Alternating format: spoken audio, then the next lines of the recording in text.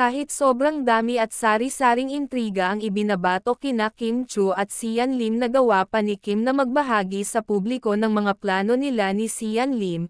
Ilang linggo na rin ang nakakalipas nang kumalat ang balitang hiwalayan ng showbiz couple na Kim Chu at Sian Lim sa di malamang dahilan, ngunit nito lamang nakaaraang araw ay kumalat ang balita ng kanilang pagbabalikan. Isa sa aming source ang nagbalita na di umano'y nagkabalikan na daw sina Kim Chu at Sian Lim, pero wala pa naman daw kumpirmasyon kung totoo ang balitang ito, dahil hanggang ngayon wala pa ring binibigay na pahayag ang dalawa sa kumakalat na balitang ito.